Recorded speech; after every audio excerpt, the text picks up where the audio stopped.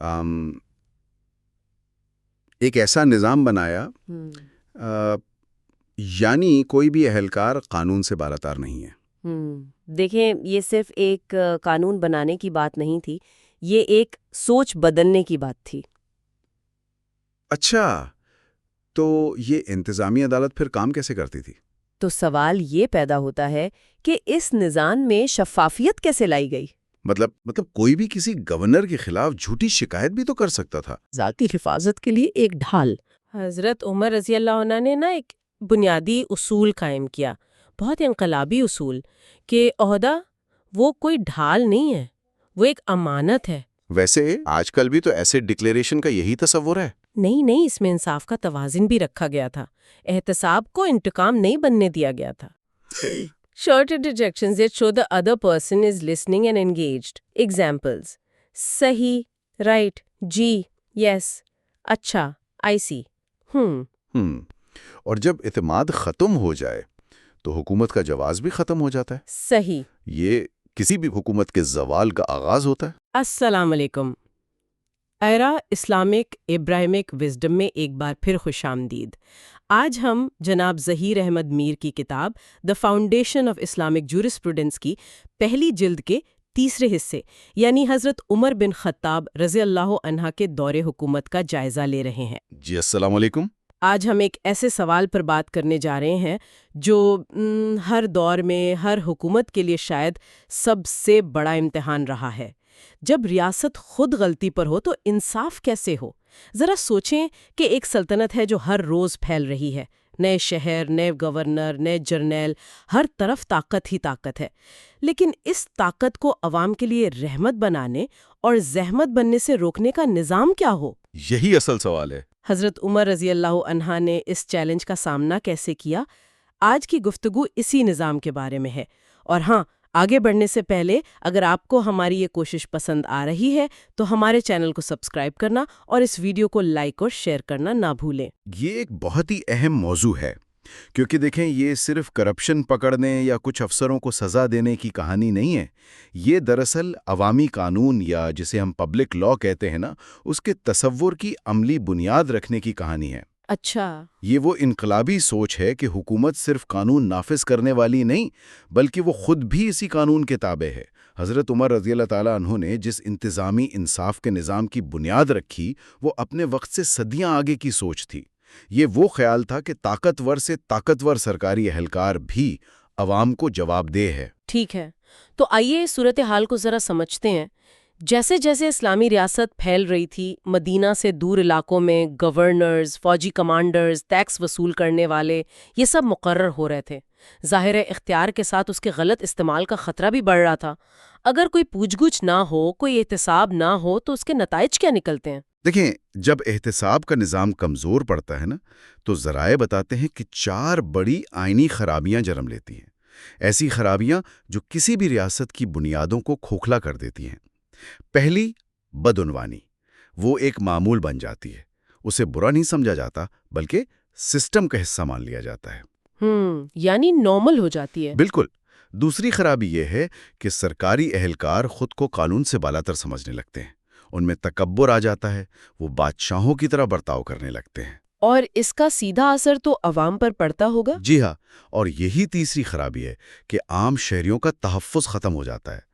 وہ ریاست کے اہلکاروں کے رحم و کرم پر ہوتے ہیں، ان کی کوئی سنوائی نہیں ہوتی۔ اور چوتھی اور سب سے خطرناک خرابی وہ یہ پیدا ہوتی ہے کہ عوام کا ریاست اور اس کے اداروں پر سے اعتماد اٹھ جاتا ہے۔ اور جب اعتماد ختم ہو جائے تو حکومت کا جواز اور استحکام سب ختم ہو جاتا ہے۔ یہ کسی بھی حکومت کے زوال کا آغاز ہوتا ہے۔ تو اس کا مطلب ہے کہ حضرت عمر رضی اللہ عنہ ان خطرات کو بہت واضح طور پر دیکھ رہے تھے۔ انہوں نے اس مسئلے کی جڑ پر چوٹ کرنے کے لیے کیا حکمت عملی اپنائی؟ مطلب کوئی نیا قانون بنایا یا کوئی نیا محکمہ قائم کیا؟ یہ بہت دلچسپ سوال ہے۔ انہوں نے صرف قوانین نہیں بنائے بلکہ سب سے پہلے ایک بنیادی اصول قائم کیا، ایک ایسی سوچ دی جو پورے نظام کی بنیاد بنی، اور وہ اصول آج بھی جدید ریاستوں کے لیے مشعل راہ ہے۔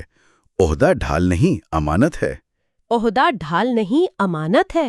جی، اس ایک جملے نے پورے طرز حکمرانی کا رخ بدل دیا۔ اس کا مطلب بہت واضح تھا کہ سرکاری عہدہ تمہاری حفاظت کے لیے کوئی قلعہ نہیں، بلکہ یہ عوام کی امانت ہے جس کا حساب دینا ہوگا۔ یعنی کوئی بھی سرکاری اہلکار، چاہے وہ شام کا طاقتور گورنر ہو یا ایک چھوٹا سا ٹیکس کلیکٹر، وہ قانون سے بالاتر نہیں ہے۔ اس کے خلاف شکایت ہو سکتی ہے، اس کی تحقیقات ہو سکتی ہے، اور جرم ثابت ہونے پر اسے سزا بھی دی جا سکتی ہے۔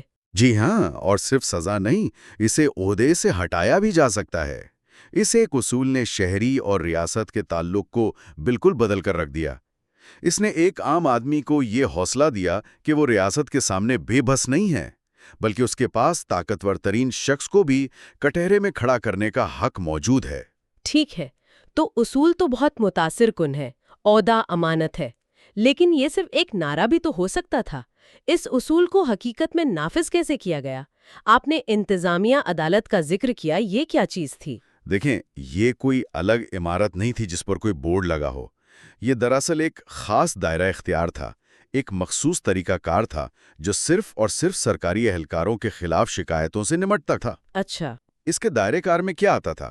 اختیارات کا غلط استعمال، ناجائز ٹیکس وصول کرنا، عوامی مال میں خیانت یا کسی شہری کے ساتھ زیادتی۔ آج کی زبان میں ہم اسے پبلک اکاؤنٹیبلٹی ٹریبیونل یا محتسب سے تشبیہ دے سکتے ہیں۔ حضرت عمر رضی اللہ عنہ نے اس قانونی تصور کو ایک زندہ حقیقت میں بدل دیا۔ یہ سن کر ذہن میں ایک سوال آتا ہے، کیا یہ صرف ایک نظریہ تھا یا اس کا کوئی عملی ڈھانچہ بھی تھا؟ کیونکہ تاریخ میں اچھے خیالات تو بہت ملتے ہیں، لیکن اصل امتحان تو عمل درآمد ہوتا ہے۔ بالکل، اور یہی اس نظام کی خوبصورتی ہے۔ یہ ایک مکمل احتسابی چکر تھا جسے آپ اکاؤنٹیبلٹی سائیکل کہہ سکتی ہیں۔ اس کے 4 واضح مراحل تھے۔ پہلا مرحلہ تھا شکایت کی وصولی۔ کوئی بھی عام شہری کہیں بھی ہو، وہ براہ راست خلیفہ تک اپنی شکایت پہنچا سکتا تھا۔ دروازے کھلے تھے۔ ایک منٹ، یہاں ایک سوال ہے۔ ایک عام آدمی دور دراز علاقے سے مدینہ کیسے پہنچتا ہوگا؟ اور اگر پہنچ بھی جائے تو کیا اس کی بات سنی جاتی تھی؟ اس کے لیے بھی انتظامات تھے۔ حج کا سالانہ اجتماع اس کا ایک بہت بڑا ذریعہ تھا جس پر ہم ابھی بات کریں گے، لیکن اس کے علاوہ بھی نمائندے بھیجے جاتے تھے جو لوگوں کے مسائل سنتے تھے۔ خیر، دوسرا مرحلہ، اور شاید سب سے اہم، تحقیق کا تھا۔ شکایت ملنے پر آنکھیں بند کر کے یقین نہیں کیا جاتا تھا، بلکہ حضرت محمد بن مسلمہ رضی اللہ عنہ جیسے انتہائی قابل اعتماد اور غیر جانبدار صحابی کو تحقیقات کے لیے بھیجا جاتا تھا۔ یہ انتخاب بہت اہم ہے، یعنی تفتیشی آفیسر ایسا ہو جس کی اپنی دیانتداری شک سے بالاتر ہو۔ بالکل، ان کا کام صرف سچ کو سامنے لانا ہوتا تھا، چاہے وہ کسی بھی بڑے عہدیدار کے خلاف کیوں نہ ہو۔ تحقیق کے بعد تیسرا مرحلہ تھا سماعت کا۔ ثبوتوں، گواہوں اور رپورٹ کی بنیاد پر معاملے کا پورا جائزہ لیا جاتا۔ اور چوتھا اور آخری مرحلہ تھا تلافی کا۔ اگر الزام ثابت ہو جاتا تو صرف تنبیہ پر بات ختم نہیں ہوتی تھی، بلکہ حقیقی انصاف فراہم کیا جاتا تھا۔ تلافی سے کیا مراد ہے؟ کیا صرف عہدے سے ہٹا دیتے تھے؟ نہیں، تلافی کے کئی طریقے تھے۔ اس میں عہدے سے برطرفی بھی تھی، شریعت کے مطابق سزا بھی، ناجائز وصول کی گئی رقم یا جائیداد کی واپسی، اور یہاں تک کہ بعض معاملات میں سرعام معافی مانگنے کا حکم بھی شامل تھا۔ اچھا، یہ ایک ایسا مکمل نظام تھا جس میں شکایت سے لے کر انصاف تک کوئی جھول نہیں تھا، اور مقصد صرف سزا دینا نہیں تھا بلکہ حقدار کو اس کا حق واپس دلانا تھا۔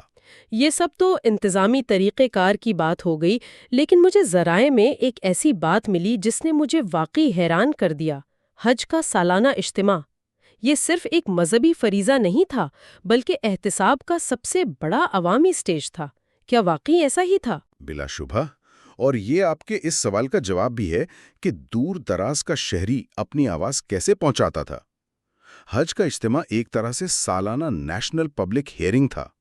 ذرا اس منظر کا تصور کریں، پوری ریاست سے گورنر، جرنیل اور اعلیٰ عہدیدار مکہ میں موجود ہیں، لاکھوں کا مجمع ہے، اور خلیفہ وقت کھڑے ہو کر کھلے عام اعلان کر رہے ہیں کہ اگر کسی کو میرے کسی بھی آفیسر سے کوئی شکایت ہے تو وہ ابھی کھڑا ہو کر بیان کرے۔ یہ تو ایک ناقابل یقین حد تک طاقتور اقدام ہے۔ اس کا تو نفسیاتی اثر ہی بہت گہرا پڑتا ہوگا۔ بالکل، اس سے 2 بڑے مقاصد حاصل ہوتے تھے۔ ایک تو یہ کہ عام آدمی کو براہ راست خلیفہ کے سامنے اپنی بات رکھنے کا موقع ملتا تھا، بغیر کسی رکاوٹ کے۔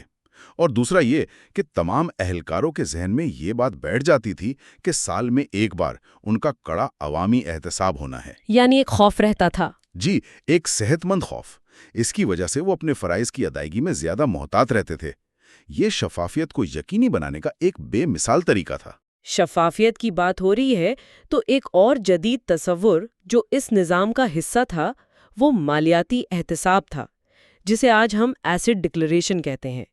یہ تو آج کل کے اینٹی کرپشن اداروں کا بنیادی ہتھیار سمجھا جاتا ہے۔ جی، اور یہ حیران کن ہے کہ اس کا بنیادی تصور 1400 سال پہلے نہ صرف موجود تھا بلکہ اس پر سختی سے عمل بھی ہوتا تھا۔ اصول یہ تھا کہ جب کسی شخص کو سرکاری عہدے پر تعینات کیا جاتا تو اس کے اثاثوں کا تخمینہ لگایا جاتا، اور اگر دوران ملازمت اس کی دولت میں غیر معمولی اضافہ ہوتا جو اس کی جائز آمدنی سے میل نہیں کھاتا تھا تو اس سے وضاحت طلب کی جاتی تھی۔ اور اگر وہ تسلی بخش جواب نہ دے پاتا تو اس کی اضافی دولت ضبط کر کے بیت المال یعنی قومی خزانے میں جمع کر دی جاتی تھی، اور بعض اوقات اسے عہدے سے بھی ہٹا دیا جاتا تھا۔ ایک منٹ، یہ سب سن کر تو ایسا لگ رہا ہے کہ یہ نظام بہت سخت تھا اور اہلکاروں پر ہر وقت تلوار لٹکتی رہتی تھی۔ کیا اس نظام کے غلط استعمال کا خطرہ نہیں تھا؟ مطلب کوئی بھی کسی کے خلاف ذاتی دشمنی میں جھوٹی شکایت درج کروا سکتا تھا؟ یہ ایک بہت ہی اہم نقطہ ہے، اور یہی حضرت عمر رضی اللہ عنہ کی انصاف پسندی کا کمال ہے کہ انہوں نے احتساب کو کبھی بھی انتقام نہیں بننے دیا۔ اس نظام میں انصاف کا توازن بہت خوبصورتی سے قائم رکھا گیا تھا۔ جس طرح شکایت کنندہ کو اپنی بات کہنے کا پورا حق تھا، اسی طرح جس اہلکار پر الزام لگتا اسے بھی اپنی صفائی پیش کرنے کا پورا موقع دیا جاتا تھا، جسے آج کل ڈیو پروسیس کہتے ہیں۔ اس کی کوئی مثال کہ کیسے یقینی بنایا جاتا تھا کہ الزام جھوٹا تو نہیں ہے؟ بالکل، کسی بھی الزام کو بغیر ٹھوس ثبوت کے قبول نہیں کیا جاتا تھا۔ گواہوں کی بھی تحقیق ہوتی تھی کہ کہیں وہ ذاتی دشمنی میں آ کر جھوٹی گواہی تو نہیں دے رہے۔ تفتیش کا مقصد صرف الزام کو سچ یا جھوٹ ثابت کرنا نہیں ہوتا تھا، بلکہ معاملے کی پوری حقیقت تک پہنچنا ہوتا تھا۔ مقصد تھا ظلم کے بغیر احتساب۔ یہ نظام ذاتی غصے کا نہیں بلکہ قانون کی حکمرانی کا مظہر تھا۔ تو جب ہم ان سب چیزوں کو ایک ساتھ دیکھتے ہیں، ایک بنیادی اصول، ایک عملی طریقہ کار، عوامی شفافیت اور ملزم کے حقوق کا تحفظ، تو یہ واضح ہوتا ہے کہ یہ اپنے وقت میں ایک آئینی انقلاب کیوں تھا۔ ذرا اس کا موازنہ اس وقت کی دوسری بڑی سلطنتوں سے کریں، جیسے روم اور فارس۔ وہاں کیا صورتحال تھی؟ یہ موازنہ ہی اس نظام کی انقلابی حیثیت کو واضح کرتا ہے۔ اس وقت کی بڑی سلطنتوں روم اور فارس میں سرکاری اہلکار عموماً قانون سے بالاتر سمجھے جاتے تھے۔ وہ بادشاہ کے نمائندے ہوتے تھے اور ان کا حکم ہی قانون ہوتا تھا۔ اچھا، ان کے خلاف شکایت کرنے کا تصور بھی محال تھا۔ حضرت عمر رضی اللہ عنہ نے اس کے بالکل برعکس ایک نظام قائم کیا۔ انہوں نے اہلکاروں کو قانون کے تابع کیا، شہریوں کو یہ طاقت اور حوصلہ دیا کہ وہ طاقتور ترین شخص کے خلاف بھی شکایت کر سکتے ہیں، اور عوامی عہدے کو استحقاق یا پریولیج کے بجائے ایک خدمت اور امانت قرار دیا۔ یہی بنیادی فرق ہے جو ایک طاقت کی سلطنت اور ایک قانون کی ریاست میں ہوتا ہے۔ یہ بہت گہری بات ہے، اور اگر ہم اسے آج کے دور سے جوڑ کر دیکھیں تو ہمیں وہی پرانے مسائل ایک نئی شکل میں نظر آتے ہیں۔ کچھ اہلکاروں کا قانون کی گرفت سے باہر ہونا، احتساب کا سیاسی استعمال اور بددعانی کے نیٹ ورکس۔ بالکل، حضرت عمر رضی اللہ عنہ کے اس نظام سے آج کی ریاستیں بھی اہم سبق سیکھ سکتی ہیں۔ پہلا سبق یہ کہ شہریوں کو شکایت کرنے کا ایک محفوظ اور آسان نظام ملنا چاہیے، جہاں انہیں جوابی کارروائی کا خوف نہ ہو۔ دوسرا، احتساب ادارہ جاتی اور غیر امتیازی ہونا چاہیے۔ ایسا نہ ہو کہ قانون کچھ لوگوں کے لیے اور ہو اور کچھ کے لیے اور۔ صحیح۔ تیسرا، تمام عوامی عہدیدار اپنی اور اپنے خاندان کی دولت کی وضاحت کے پابند ہوں۔ اور چوتھا، اور شاید سب سے اہم، تلافی کا جس کا آپ نے ذکر کیا تھا؟ جی، تلافی حقیقی ہونی چاہیے۔ یعنی اگر کسی اہلکار نے غلط حکم دیا ہے تو اسے واپس لیا جائے، ناجائز رقم وصول کی ہے تو وہ واپس کروائی جائے، اور اگر وہ عہدے کا اہل نہیں تو اسے ہٹایا جائے۔ صرف دکھاوے کی کارروائی سے عوام کا اعتماد کبھی بحال نہیں ہوتا۔ بہت خوب۔ تو اس ساری گفتگو کا خلاصہ یہ ہے کہ حضرت عمر بن الخطاب رضی اللہ عنہ نے ایک ایسی ریاست کی بنیاد رکھی جو اپنی طاقت کے نشے میں آنے کے بجائے اپنی ذمہ داریوں کا احساس کرتی تھی، ایک ایسی ریاست جو تنقید سے زیادہ ناانصافی سے ڈرتی تھی۔ بلا شبہ ان کا قائم کردہ انتظامی انصاف کا نظام یہ ثابت کرتا ہے کہ حکومت تب سب سے زیادہ مضبوط اور جائز ہوتی ہے جب وہ خود احتساب کے لیے تیار ہو۔ یہ اسلامی طرز حکمرانی میں عوامی قانون کا حقیقی اور عملی آغاز تھا۔ اس پر غور کرنے کے لیے ایک خیال یہ ہے کہ کسی بھی ریاست کی مضبوطی کا اصل پیمانہ یہ نہیں کہ وہ اپنے عام شہریوں سے کیسا سلوک کرتی ہے، بلکہ یہ ہے کہ جب وہ خود یعنی اس کے اہلکار غلطی پر ہوں تو وہ اپنے ساتھ کیسا سلوک کرتی ہے۔ اور اگلی گفتگو میں ہم اسی حکمرانی کے ایک اور پہلو کو دیکھیں گے۔ ہم عدالتوں سے بحران کی طرف بڑھیں گے اور عام الرمادہ یعنی قحط سالی کے مشہور واقعے کا جائزہ لیں گے کہ کس طرح حضرت عمر رضی اللہ عنہ نے ہنگامی حالات میں رحم، انصاف اور قانون کی پاسداری کے ساتھ حکمرانی کا ایک نیا معیار قائم کیا۔ ہمارے ساتھ رہنے کا بہت شکریہ۔ اگر آپ کو یہ گہری گفتگو پسند آئی تو ہمارے چینل کو ضرور سبسکرائب کریں تاکہ آپ ہماری اگلی گفتگو سے بھی مستفید ہو سکیں۔ اللہ حافظ۔